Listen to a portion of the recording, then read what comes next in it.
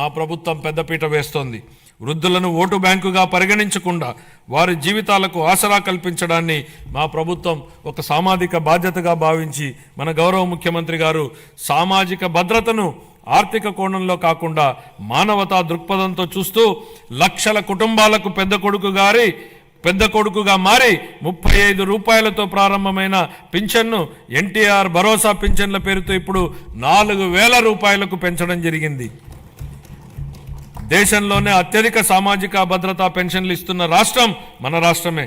మేనిఫెస్టోలో ఇచ్చిన హామీ మేరకు ఎన్టీఆర్ భరోసా పథకంలో భాగంగా మా ప్రభుత్వం పెన్షన్లను వివిధ విభాగాలలో 4,000 రూపాయల నుండి 15,000 రూపాయల వరకు లబ్ధిదారులకు అందిస్తూ నిజమైన సంక్షేమానికి ఆదర్శంగా నిలుస్తోంది.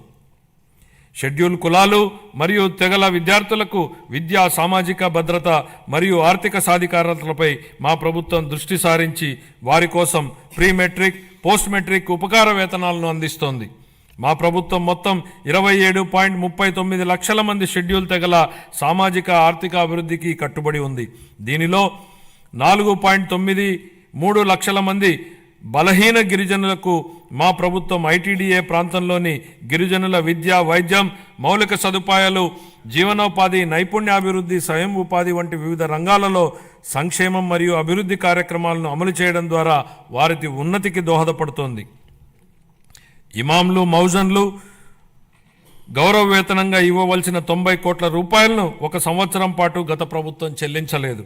మా ప్రభుత్వం వచ్చిన తర్వాత వారికి గౌరవ వేతనాన్ని 15,000 రూపాయల చొప్పున చెల్లించాం.